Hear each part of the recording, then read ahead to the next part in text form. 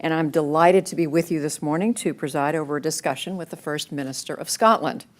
Nicola Sturgeon was elected Deputy Leader of the Scottish National Party, the SNP, in 2004, and in that capacity she went on to become a high-profile figure in the Scottish Parliament and Scottish politics, leading to her history-making election as leader of the SNP in November of last year. She became the first woman to hold the position First Minister of Scotland.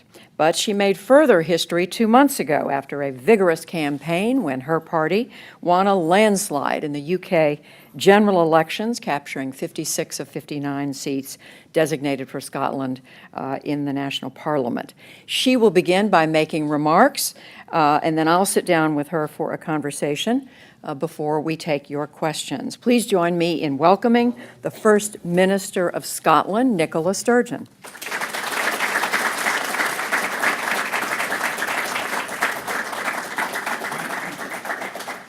Thank you very much indeed, Judy, for that very warm introduction. Thank you to all of you for being here this morning. It is a real pleasure for me to be here.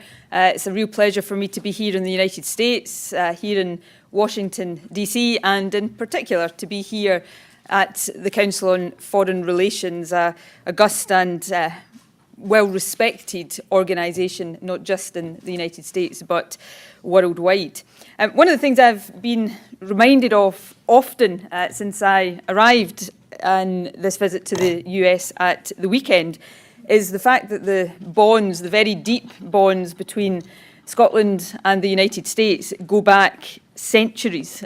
They run from the discussion and the debate between Enlightenment thinkers such as David Hume and Benjamin Franklin to the modern exchange of university graduates and the connections between our technology companies. The relationship between our two countries is cultural, it is social, it is historic, and of course it is economic as well, and we value those links and those ties very highly. And from what I've seen and observed on my visit this week is that those ties are set to continue and indeed to strengthen for generations to come.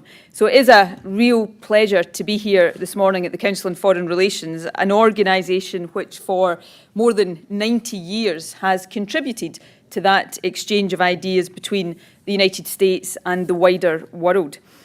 I'm especially pleased to be speaking at this particular time. I'm very aware that there is a strong interest here in political developments, not just in Scotland, but across the United Kingdom as a whole. And there is, understandably, an interest in the implications of these developments for Europe and for the wider international community. Before we begin our discussion, therefore, I want to provide a very brief overview of my thoughts on where the United Kingdom and Scotland stand right now. And in doing that, I'll talk about 2 referendums and 1 election. I'll look back briefly at the referendum on Scottish independence that took place last year, and also at the UK general election that took place just last month.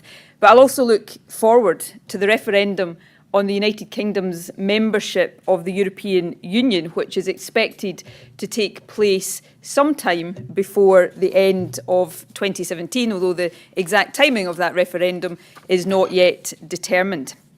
Now, as you've probably guessed, or as you're probably able to guess, the first referendum on Scottish independence, which took place last September, didn't turn out exactly as I would have hoped that it would.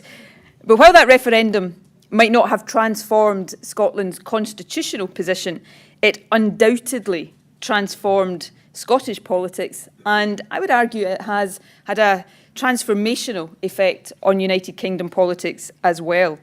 Firstly, that referendum has made Scotland one of the most politically engaged countries, I would argue, in the entire world. Nearly everybody in Scotland last year became intensely involved in a peaceful and passionate debate about the kind of country they wanted to live in. And that debate has had lasting consequences. For example, in the UK general election last month, voter turnout in Scotland was some 5 percentage points higher than it was in the rest of the United Kingdom. Many people who perhaps previously hadn't had any interest whatsoever in politics or how the country was governed now understand that their vote and their voice really matters. They feel involved in decision making in a way that hasn't happened before, certainly not in my lifetime.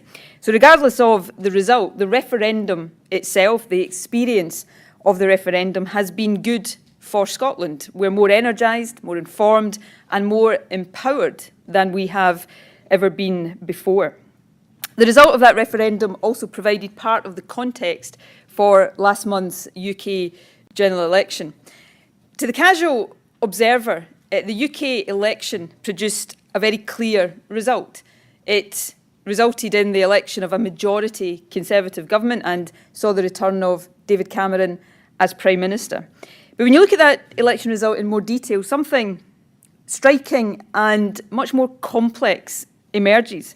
Because in many ways, there were actually 4 different elections taking place in the United Kingdom last month in each of the different nations of the United Kingdom. And those elections produced very different results. And the differences in those results have very significant implications for the UK, for the future of the UK and how it is governed as a country. So my party, the Scottish National Party, won the election in Scotland with, as Judy has just told you, 56 out of the 59 electoral constituencies in Scotland. Labour won the election in Wales. The Conservatives won in England with 60% of the seats there. And of course, Northern Ireland has and always has had a very different system of party politics. So there was no one uniform result across the United Kingdom. The multinational United Kingdom voted in 4 very different ways.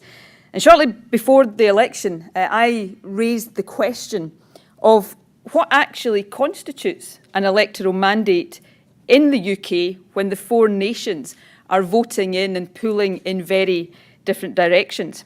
In practical terms, of course, simply winning enough votes and seats in England can secure a parliamentary majority. But when a government is achieved only by winning seats in one of the 4 nations of the UK, the question arises, what kind of mandate is that? The Conservative Party, of course, has the right to form the government of the UK and has indeed done that. But it was not the biggest party in 3 of the 4 nations of the UK, far from it, in fact. And so the legitimacy of its actions in those other nations comes very clearly into focus. And so, as I discussed with the Prime Minister when we met after the election, what happens to the future of the United Kingdom now in the years ahead will, at least in part, depend upon how responsively Westminster deals with the reality that in political as well as in constitutional terms, the UK is not a unitary state. There is no second Scottish independence referendum on the immediate horizon, of course, but I do think it is a reasonable point to make that if the United Kingdom is to remain intact in the years to come, it must demonstrate, and it must demonstrate very clearly, that it can adapt to multinational and multi-party politics in a far more substantial manner than it has often done in the past. Now, here in the United States, of course, you're very used to the idea of 50 different state governments making very different choices about very significant issues. But that's not something that UK governments are used to for much of the last century, devolution notwithstanding. The UK has been a remarkably centralised state.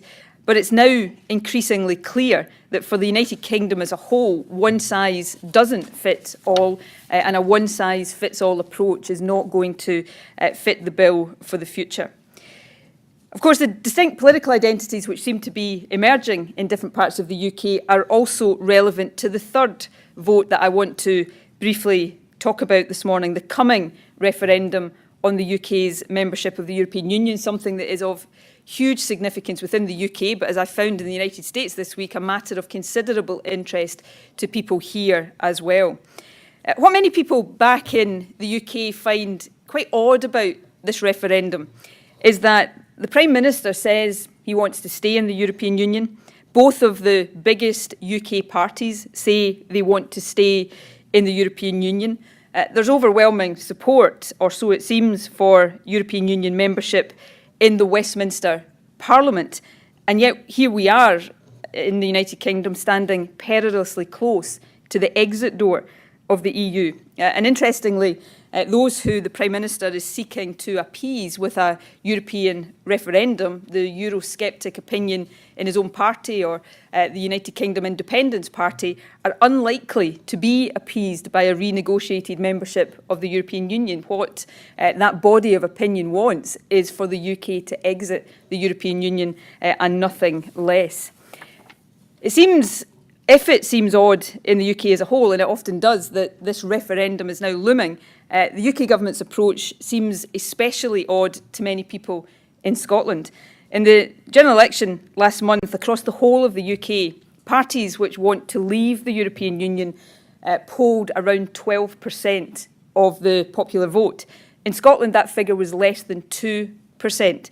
And just this week, we've seen an opinion poll of Scottish voters showing that 72% would opt to vote to remain in the European Union, with only 28% saying they would vote to leave. And that's perhaps not surprising, given the economic significance both to Scotland and to the UK of our EU membership. In Scotland alone, for example, there are some 300,000 jobs that rely on our exports to the European Union. So membership of the European Union is of enormous importance. So I would argue for many people in Scotland, the referendum on the EU simply isn't a priority. But nevertheless, it does raise the possibility, depending on how the result goes across the UK, that Scotland could be taken out of the European Union against our will. And that's why the European question is in some ways very directly linked to the question of how the UK is governed.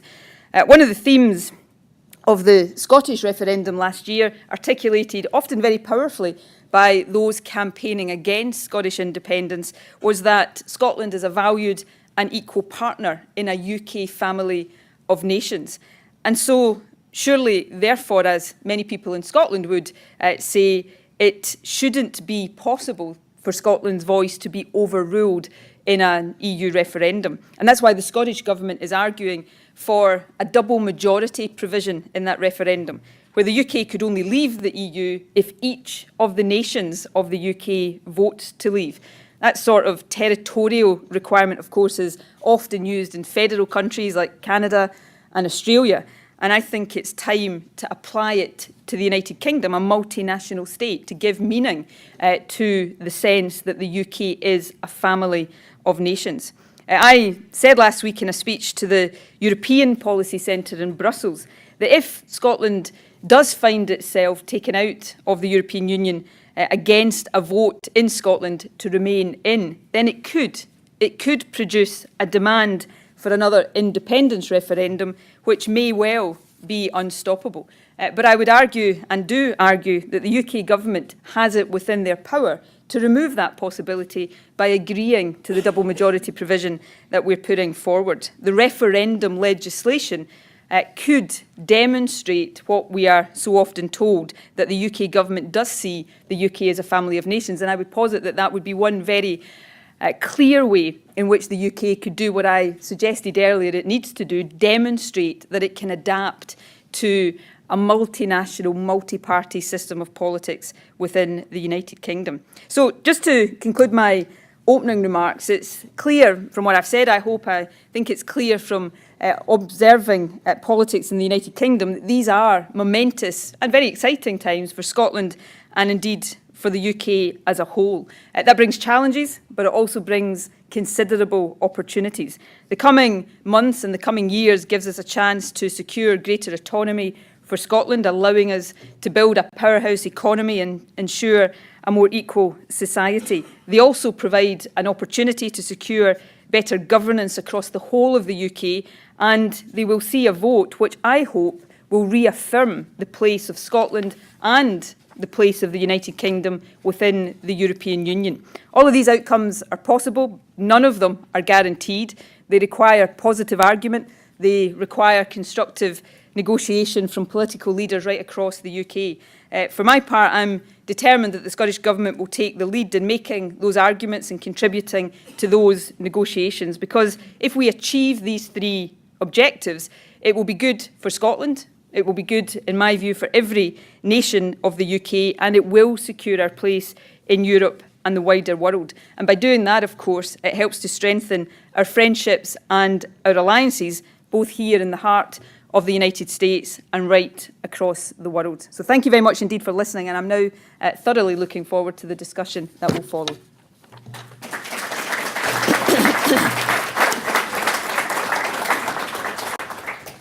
So, First Minister, again, welcome, and thank you for talking with us. You said in your remarks, you raised the question about whether the Conservative Party victory in England, as you put it, is only one of the four nations. You said in only one of the four nations that were holding elections can be considered to have a mandate. So I guess my first question to you is, if it's not a mandate, what is it? I mean, are you saying that David Cameron is not legitimately the leader of the UK? No, I'm not saying that. The Constitution of the United Kingdom as it stands at present means that David Cameron is the Prime Minister. He won the election and got enough votes and enough seats across the UK to form a government, and that's what he has done. The point I'm making is a point of realpolitik. It's a point of political reality. Although, because of the relative size of England compared to the other nations of the United Kingdom, David Cameron is able to form a government. My argument is that he needs to accept that in the other three nations of the United Kingdom, his party did not win. And therefore, in how he governs the country, that's something that he should take account of, and he should respond to the democratic wishes as they were expressed in Scotland, in Wales, and in Northern Ireland. And in many respects, how he and his government respond to that political reality will determine, at least in part, how the United Kingdom develops over the coming years. For people in Scotland right now, we're watching quite carefully to see how David Cameron's government responds. If it responds well, then the message people will take is Westminster is responsive, it is adaptable, it can serve Scotland better. If it doesn't, then that message will be a very different one. Are we to understand that there's a new relationship between Scotland and the rest of the United Kingdom? Scotland and the United Kingdom, the British Isles, are part in that, regardless of whether Scotland becomes in the future, at some point in the future, an independent country or not, is always integral. But we have a reality in the United Kingdom is not and never has been a unitary state. It is a multinational family of four different nations. And in recent years, we've seen through devolution an asymmetry develop in how the United Kingdom is governed. We've seen different voting patterns, different priorities emerge in each of these four nations. And that does bring into sharp focus the relationship between a Scottish government and the United Kingdom government. And I think it's a big test over the years to come of the United Kingdom, the construct that is the United Kingdom. Is it adaptable and responsive? Can it accommodate the different views and the different directions in which each of its nations wants to go in, or will it prove to be unresponsive, in which case perhaps, and I simply say perhaps, the United Kingdom will not continue as the construct that it is.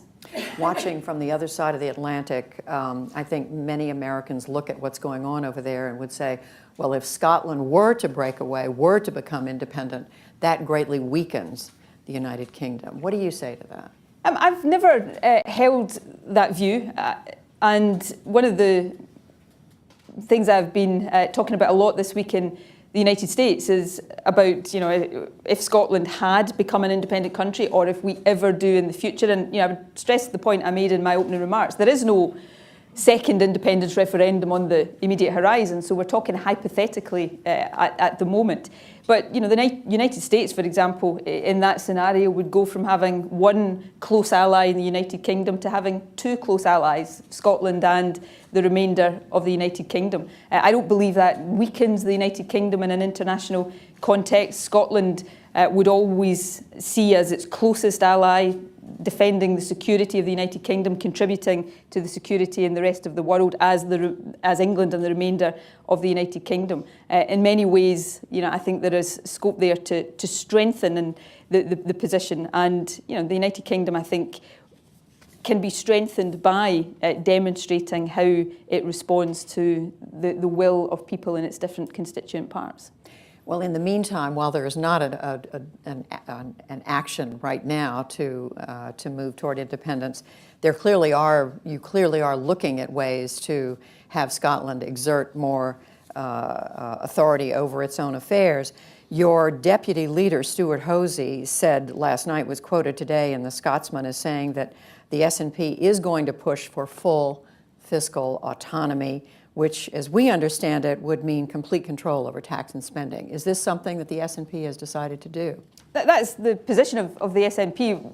Short of Scotland being independent, we want to have maximum powers in the Scottish Parliament. I'm very impressed that you've managed to read the Scotsman before I have this morning. I have a feeling that's not so, but we'll see. I can tell you it is so, but anyway. So yes, that is the position of the SNP. Now, as a devolved part of the United Kingdom, there are some restrictions on the devolution of tax powers. European Union rules, for example, would mean that VAT rates value-added tax rates couldn't be set differently in Scotland. So there are some restrictions, but we want maximum fiscal powers within the United Kingdom context, short of Scotland being an independent country. Why do we want that? Not for its own sake, but because the more powers we have, the more fiscal responsibility we have, the more ability we have to shape things like our system of social security, the more able we will be to grow our economy, to make sure we're doing the things and pursuing the policies that help us to attract investment and create jobs and grow our economy faster and more sustainably. So it's powers and responsibilities for a purpose, and we'll make those arguments in the Westminster Parliament as the debate about further autonomy for Scotland continues over the weeks and months to come. So you're not saying it's happening imminently?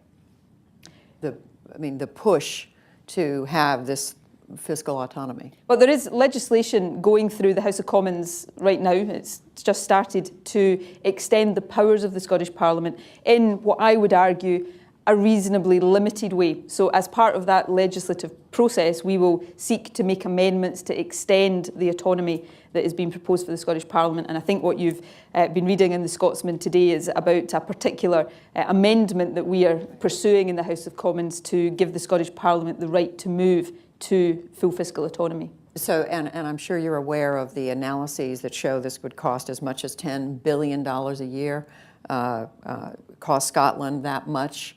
Is that a deterrent?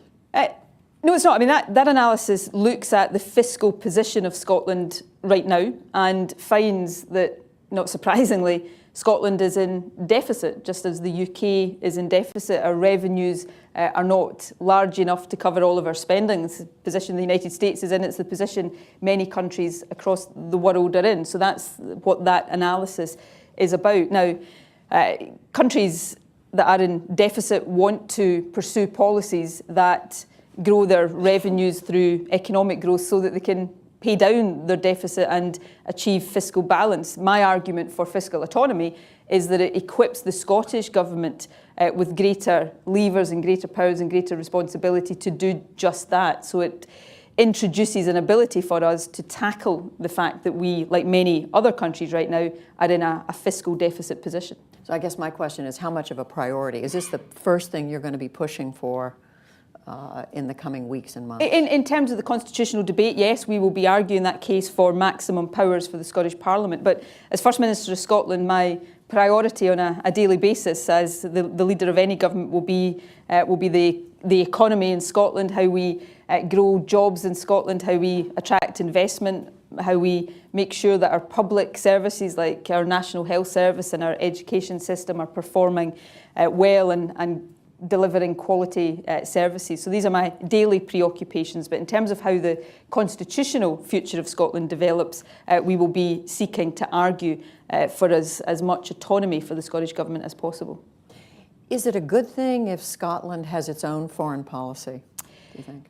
Well, if Scotland had been an independent country, we would have had responsibility for foreign policy as part of that. We're not in that position. Foreign policy remains the preserve of the United Kingdom government. But I do think it is good for an outward-looking internationalist country with an outward-looking internationalist government, as the one I lead is, to have a voice and to seek to influence the direction of UK foreign policy, and we will seek to do that. We'll seek to do that in a very constructive way. There are, some differences in outlook on foreign policy between the Scottish Government and the UK Government, but there are many, many areas in which we share a view and in which the Scottish Government would be and are very supportive of the position of the UK Government. So we will seek to have our voice heard and to influence the direction of foreign policy as much as we can. But of course it is at the moment a responsibility of the UK Government. So for an American audience, what's most important for us to understand, to the extent that it's important at all? What's important for us to understand about where are the similarities and where are the differences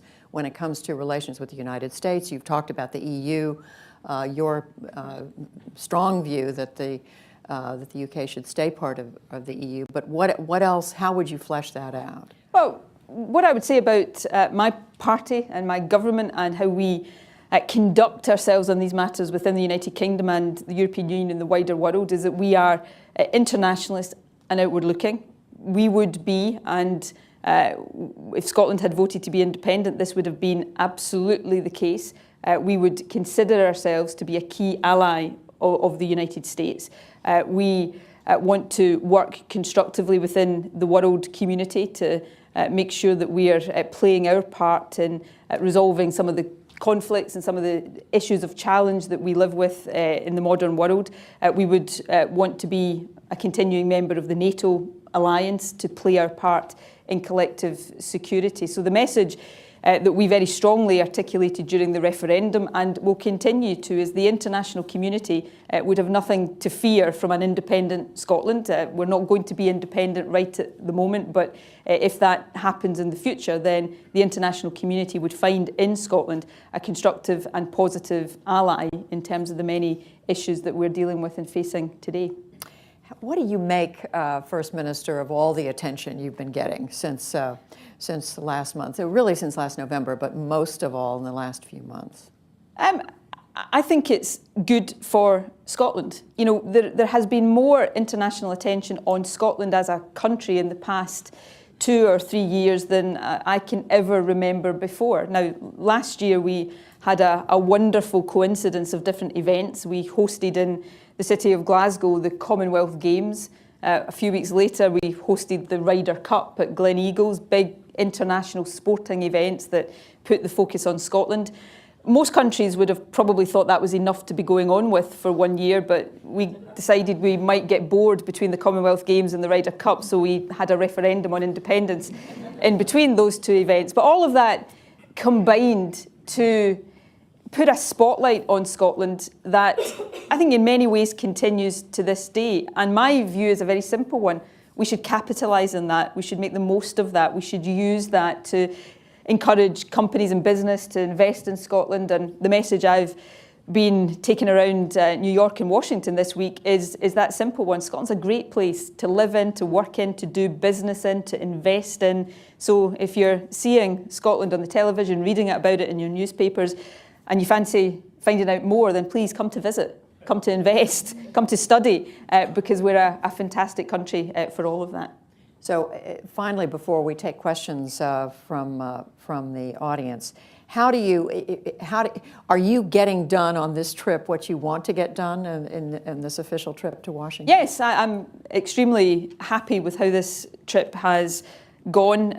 Let me just say, firstly, we've had a fantastic reception from everybody we have met in the United States, both in New York and Washington, and we're very grateful for that. But the focus of the trip has been largely trade and economy focused, and that's been very successful. I, in New York, met with 2 companies that were announcing new investment in Scotland, so from that point of view it was very successful. But the other purpose has been to say very directly to a United States audience that Scotland sees itself as your friend and your ally and somebody that wants to work with you across a whole range of ways. And in that respect, I hope the visit has been successful in getting that message across. So the U.S. has nothing to fear from Scotland? Nothing whatsoever. On the contrary. All right, First Minister, let's take questions now from the audience. I would ask you to, I believe we have microphones. There's one, maybe there's another one. Wait for the microphone. We would ask you to speak directly into it. We would ask you to stand up, give us your name, your affiliation, and let's see who wants to go first. I think over here, this gentleman. Thank you, First Minister. Gavin Wilson with IFC. We met yesterday at the World Bank. The topic was economics, and I was wearing a World Bank hat today. It's politics, and I can ask a personal question. I'm an Anglo-Scot. If I was forced to choose a passport, I would choose a Scottish one. But I was born in London, and I want to ask you a question about political legitimacy you mentioned regarding the current government of the UK. London has a larger population than Scotland, and the Conservatives lost the election in London as well. So one question is, are the Conservatives legitimate rulers of London, in the same way you mentioned of Scotland? And secondly, my wife's family are partly from Orkney. Orkney is a small part of Scotland, has a very distinct identity. And if Scotland were independent, would it be legitimate for Orkney to say they would like to be independent from Scotland? And is your government in Scotland the legitimate government of Orkney, given what you said about territorial differences in terms of votes and political affiliation? Okay. Thank you for that question. Orkney. Should we say two questions? Orkney, of course, being one of only 3 parts of Scotland that didn't vote SNP at the general election. But I have to say, it came close. So maybe in the future we'll be able to change that. Look, let me be very clear about this. In a strict constitutional sense, the government of the UK, is legitimate in every part of the UK. I don't question that. I'm making a political point about the need for, in a multinational state of different nations voting in different ways, a sensible government will be responsive to that. And David Cameron and his government will demonstrate that they understand that whether they like it or not, people in Scotland didn't vote for his government and will, through their policies and their approach and their demeanour towards Scotland, demonstrate that they understand that. So that's the point I'm making. London, of course, has its own mayor, its own devolved government in that sense. But the wider point, and this relates to your point about Orkney as well, I make a very sharp distinction, and I think most people in the United Kingdom would make this distinction as well, between nations and regions of the United Kingdom. Scotland is a nation, as is England, Wales and Northern Ireland, and I think that brings a particular significance and importance to the different voting patterns and the different constitutional positions of these nations within the United Kingdom. In terms of Orkney, and I spent a fair bit of time in both Orkney and Shetland in the run-up to the independence referendum. I've been there since then as well. There is no great appetite in Orkney or Shetland, if Scotland was to become independent, for them to be independent from Scotland. I'm not saying you will not find anybody there of that opinion, but contrary to how it's occasionally presented in the United Kingdom, and particularly Scottish media, you will not find a great clamour to break away from Scotland in either Orkney or Shetland. What you do find within both of those islands and our other islands is a desire for greater autonomy. And the Scottish Government actually right now is in the process of looking at what powers and responsibilities we devolve from Edinburgh to our island communities to give them greater autonomy, and in a sense giving life to the belief we have in decentralised government and power lying as close to people as possible. But to wrap that up, my point here is not to say David Cameron is not a legitimate Prime Minister as far as Scotland is concerned. Now, whether I want him to be or not is neither here nor there. In a constitutional sense, he is. But the political reality means that if he simply acts as if he's got the same mandate in every part of the UK, then I don't think he will be acting in a way that is strengthening the UK. On the contrary, I think he'll be acting in a way that is ultimately going to weaken the UK in that respect. Okay, over here. Yes, in front. I'm Charlie Stevenson. I teach at SAIS. Since you've opened the door to what a Scottish foreign policy would be. What are your views on what the UK policy should be toward Ukraine and Iraq and Syria? Well, and this is a good example on these issues of where the Scottish Government supports the UK position on Ukraine and Russia. We're supportive of the international community's position. We're supportive of the sanctions against Russia and have been a voice of support within the UK for the government's position and a voice of support wider than that for the international community's position. Similarly on ISIL and Syria, Iraq, we support the efforts of the international community. The ISIL threat is one of the severest threats that not just the Middle East faces, but the wider world as well because of the implications of that. So do not think that the SNP and the Scottish Government takes a markedly different position from the UK government on the vast majority of international issues. We don't. We are a responsible participant in or responsible voice when it comes to these matters, and on both of these issues you will not find any great difference between our position and the position of the United Kingdom government. Can you foresee a point, though, when you might take a different position? Obviously, you've mentioned the we took EU, but I mean, what else? My party wasn't in government at this point in our recent history, but my party took a very different view over the war in Iraq and the 2003 invasion of Iraq. We opposed that conflict. So there are some issues where we have taken a different view. There may well be issues in the future where we take a different view. But, the war in Iraq, we were not alone in the international community in terms of countries that thought the invasion of Iraq and what followed on from that was the wrong direction to take. But we would always be and always will be a responsible voice in terms of these international issues. Right here in the front row. Mm-hmm.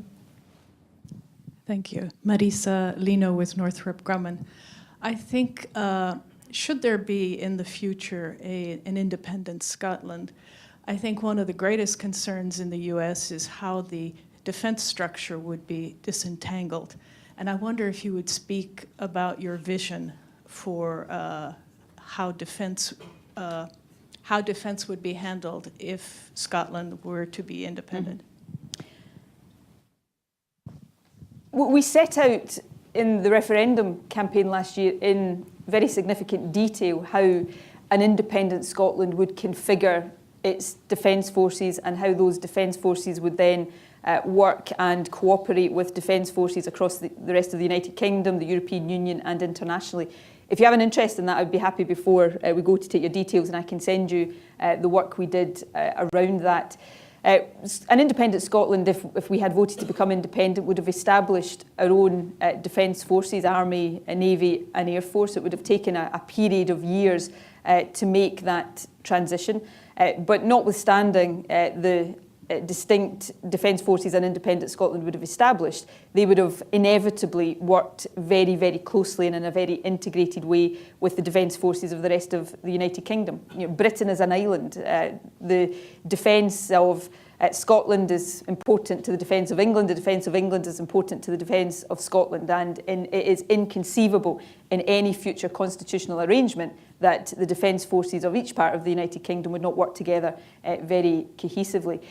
The difference of opinion between the Scottish Government and the United Kingdom Government on defence, and I absolutely respect the fact this is a difference of opinion between the Scottish Government and the United States Government as well, is over the future of the UK's nuclear deterrent. My party does not support the nuclear deterrent and does not support the renewal of the Trident nuclear deterrent. Now, partly that is a disagreement, an honest disagreement in principle, but in part it's also a very practical concern that we have about the implications for our conventional defence forces of a decision to renew the Trident nuclear deterrent.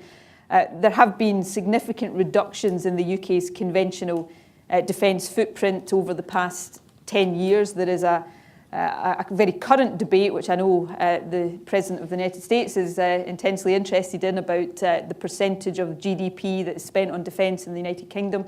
And one of the concerns we have is the more that defence expenditure is taken up with Trident, the less expenditure we have on the conventional forces that the country really needs to secure itself and to contribute to defence internationally. I mean, one example I often use, which illustrates and highlights what I think is almost a neglect of our conventional defence forces, is around maritime surveillance. As I said a moment ago, Britain is an island.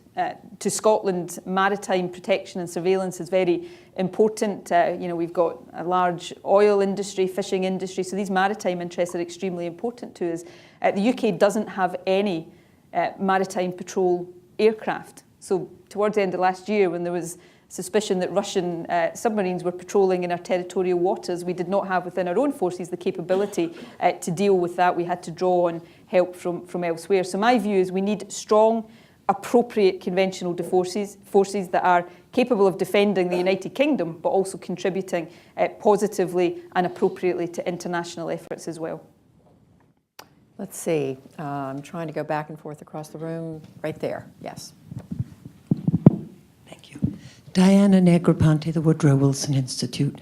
First Minister, with the decline of the hydrocarbon resources in the North Sea and the decline in employment in the energy and energy services, what are the areas that you see as the potential sources of prosperity in the next 5 years?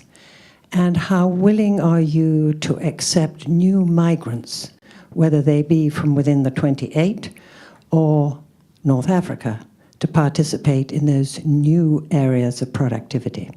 Okay, thank you very much indeed. That's a very good question. Scotland's oil and gas resource, like the oil and gas resources of other countries that are blessed to have those natural resources, they are finite resources.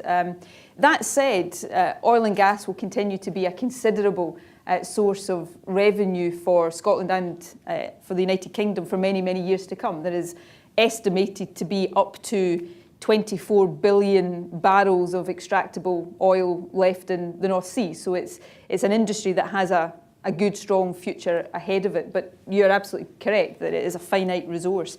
Scotland is in the very lucky position, of course, of not simply being an oil-producing country. We also happen to have some of Europe's best and biggest potential around renewable energy. So we're also a leader when it comes to wind energy, wave and tidal energy, and some of the new technologies around low carbon energy sources. So that's a growth area for Scotland and an area that we are investing in and encouraging greatly.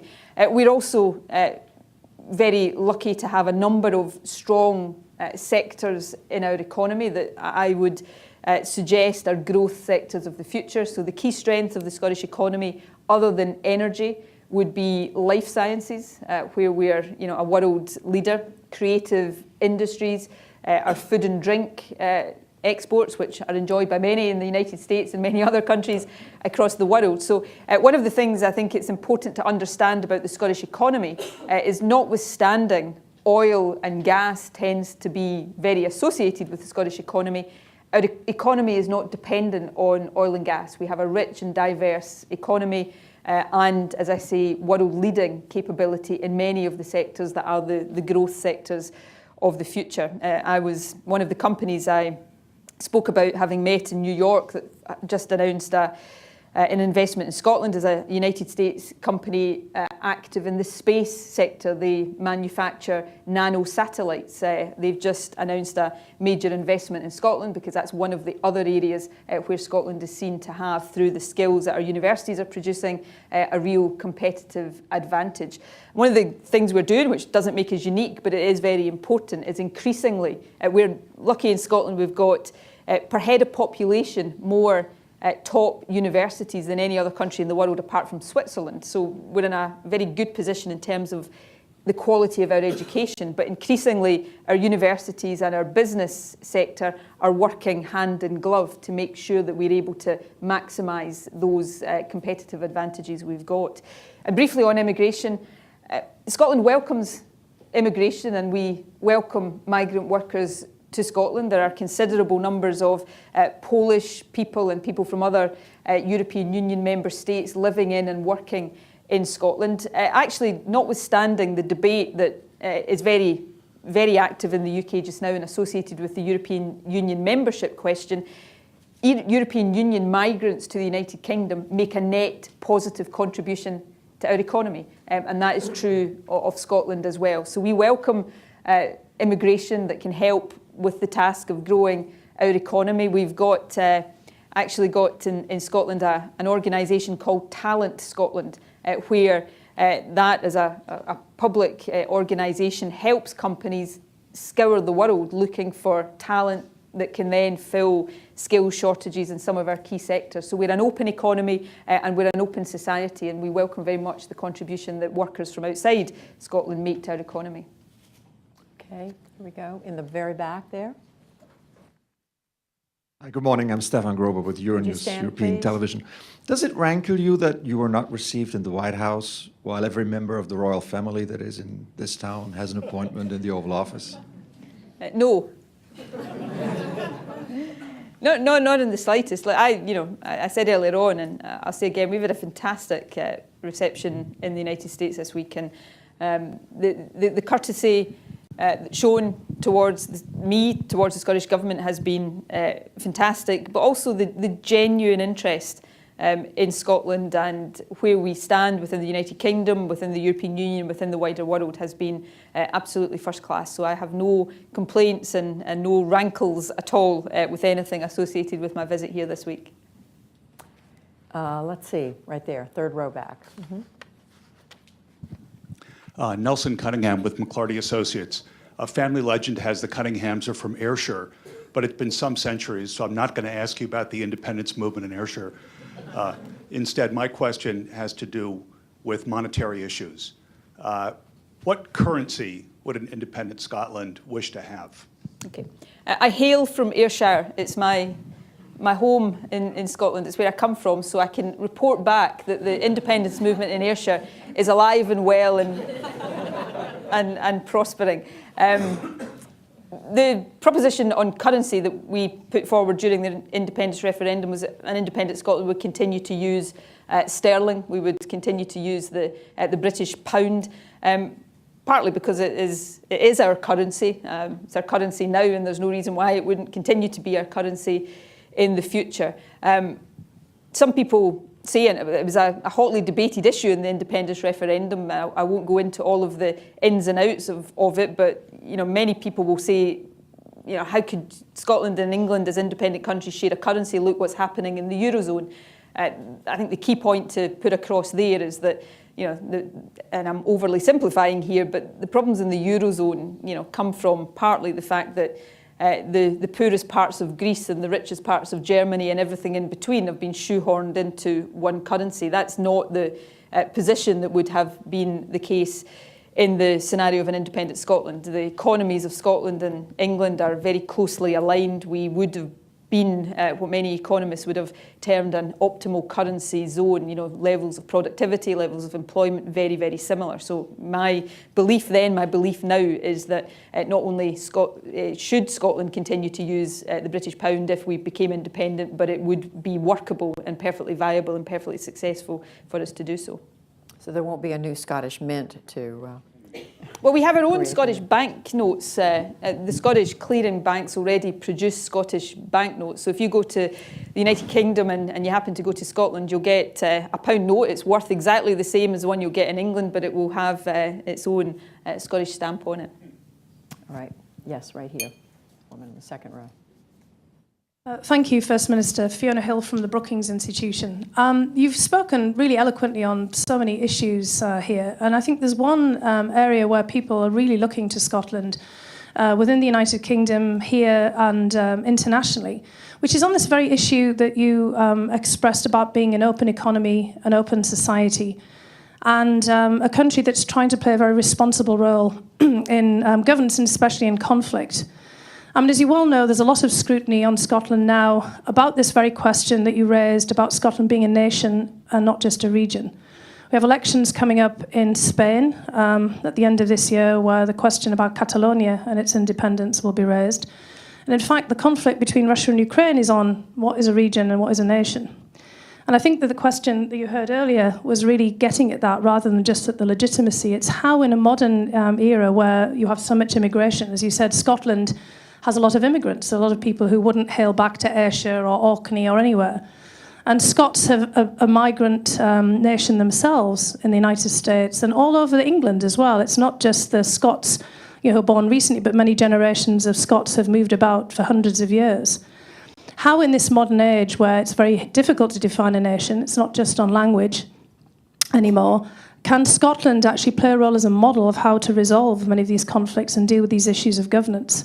And one of the big issues in the United Kingdom itself is, I think there's been a lot of concerns in Ireland and in Northern Ireland about the future of the peace process and what would happen if Scotland did become independent. So I'm just really wondering how you can address this issue. It's not just a question of being a nation. What does a nation mean in a modern context, and how can Scotland really actually be a model for a lot of these other conflicts globally? Yeah, I think that's a very, very good question. And the contribution Scotland can make in the area you're talking about here is not to intervene or start to express opinions about whether Catalonia should be independent or not, but it should lead by example in how we conduct these debates and how we seek to settle and resolve them, as we did in the independence referendum last year. I mean, to get to the heart of your question, what is a nation in the modern world? Well, Scotland's in the happy position of its territory not being disputed. The borders of Scotland, the nation, are well understood and well settled and agreed without any real dispute. So the territorial limits of the nation of Scotland are understood. But of course, what is a nation is a more complex question. And this is where Scottish nationalism, if I can use that term, which is often a pejorative term with negative connotations, it's where Scottish nationalism offers a positive role model for the rest of the world, because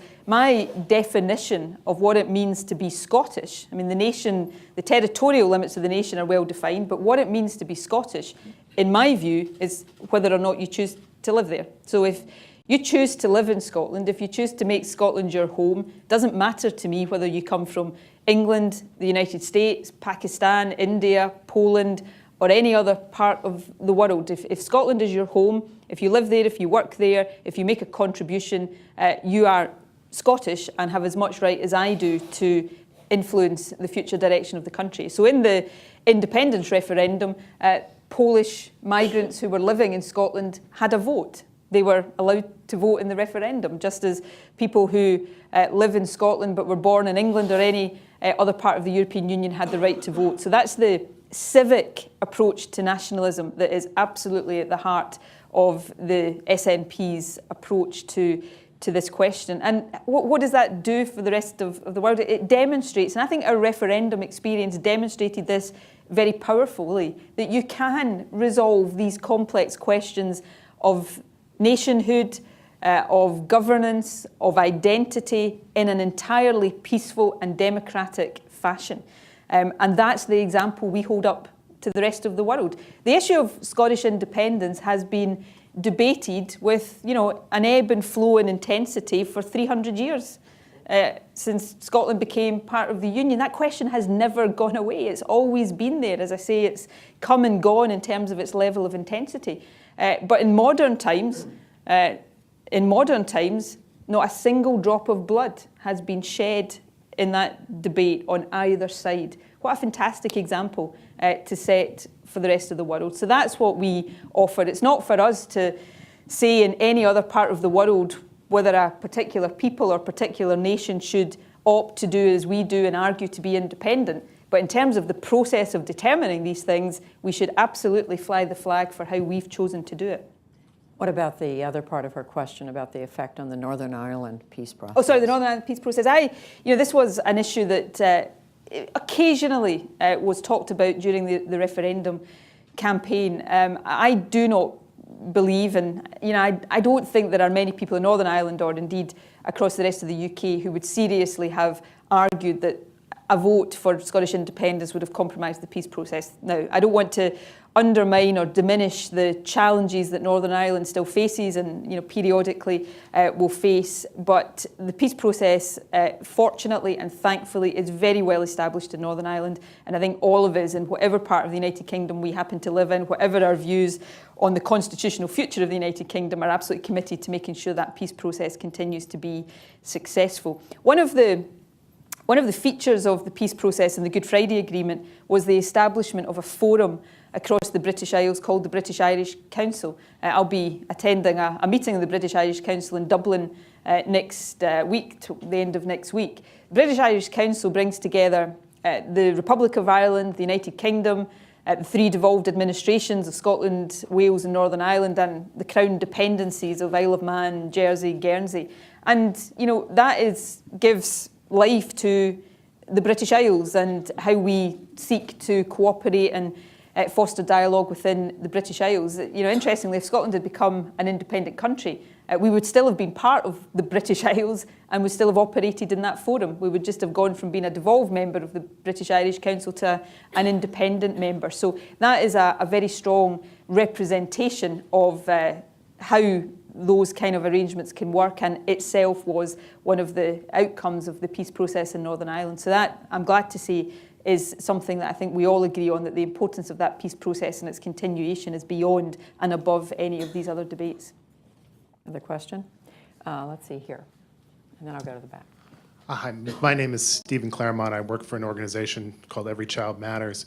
And recently, the United States Congress has been considering welfare reform, and leadership has been very open at looking into the UK as a model, particularly universal credit, and a lot of the reforms implemented by the conservative Cameron government.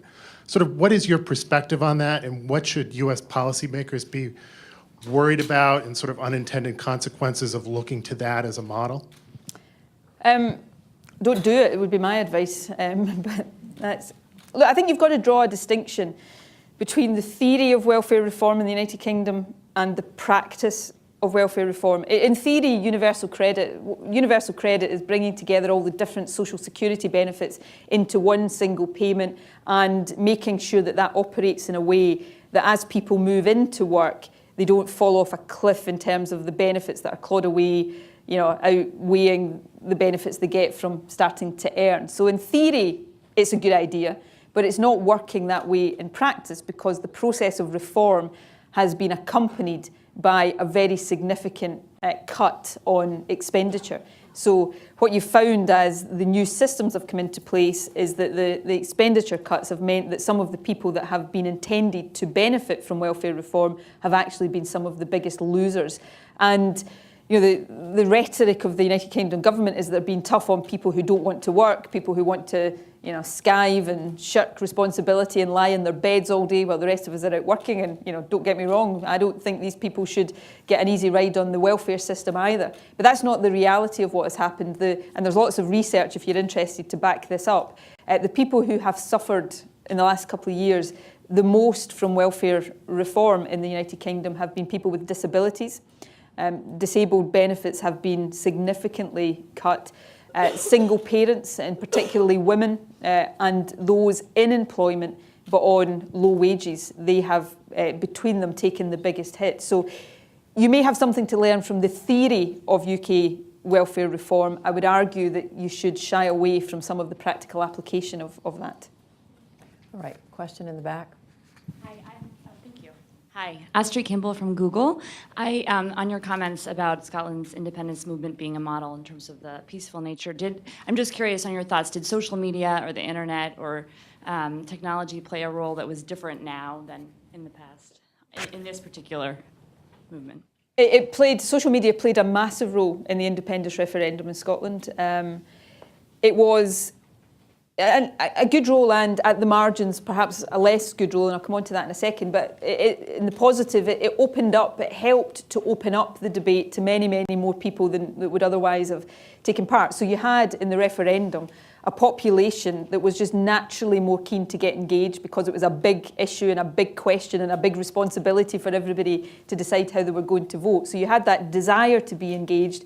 What social media did was give people the means to be much more engaged. They could access information in a way that suited them. They could often find exactly what they were wanting to know about in a way that they wouldn't otherwise have been able to do, and people shared views and shared information in a way that wouldn't have been possible without Facebook and Twitter and social media generally. So it was a positive, in my view. Social media, and this is not unique to the referendum, social media has got a downside because it gives to a minority, and it is a minority in Scotland and in the UK, and I'm sure in the United States as well, but a minority of more extreme opinion that is not very tolerant of other people's views and just wants to hurl abuse at people that don't agree with them. That minority of people have always been there, but social media now gives them a platform to communicate with the wider world that they wouldn't previously have had. And occasionally in the referendum, it appeared as if that minority was bigger than it was, and it you know, at times threatened to kind of taint the atmosphere. Now, I don't think it did overall, but sometimes that was the danger and risk. So that's the downside of social media, but I think it's hugely outweighed by the positive. And it did have a big role in the referendum, and it, you know, continues to have a, you know, almost transformational role in terms of the democratic engagement that we're now seeing in Scotland around elections as well. So we have time for one more question. And just reminding everybody, this has been on the record. I think that's been obvious, but yes, sir, right here. Oh, now you tell me. My name is Jerry Livingston from the German Historical Institute. I'm not sure I should pose this question. Our family was banished from Scotland in 1662 after the restoration of Charles II. But nevertheless, my question relates to the Scottish diaspora in this country, Canada, Australia, and elsewhere. Is there more that can be done to mobilize the diaspora, the Scottish diaspora, for the interests of Scotland? I mean, the Irish are very good in this country in mobilizing their diaspora. Can Scotland do the same? Yeah. Can I say firstly, I'm very sorry you were banished from Scotland. And Thank you. As First Minister now, I hereby formally lift the ban. Okay? You're welcome back anytime you like. And I'll greet you at the airport just to underline that. It's a very good question, sir. Yeah, I mean, the diaspora, Scottish diaspora in the United States alone is enormous and hugely powerful and influential. I was joking last night we had a reception at the embassy that some of you might have been at. There are more people in this country who claim to be Scottish than there are in Scotland. You know, we've got a population of 5 million. There are, I think, official estimates, and they're probably an underestimate, say that there are 10 million people in the United States who claim a Scottish connection. So the diaspora is hugely important. We're working incredibly hard to mobilise and use the talents and the skills and the influence and the networks of the diaspora to fly the flag for Scotland and capitalise on the profile of Scotland. We have an office here in Washington. Kate, here in the front row, if you want to connect with her before the end, works in that office. So we're working very hard to do that. We've got a network on the trade side called Global Scots. If anybody here wants to be a Global Scot, please feel free to come forward to do that formally in terms of the business community and trade. But, you know, albeit we're working hard at that and doing very well through our staff here, we can do much more. So if anybody here who has Scottish connections, a Scottish background, or who just wishes they were Scottish, then please feel free. Please feel free to offer your services. We'd be delighted to take you up on it.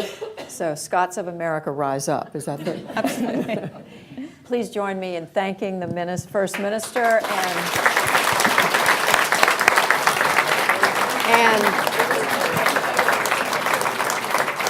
and I would just ask you to keep your seats until she leaves the room. Thank you.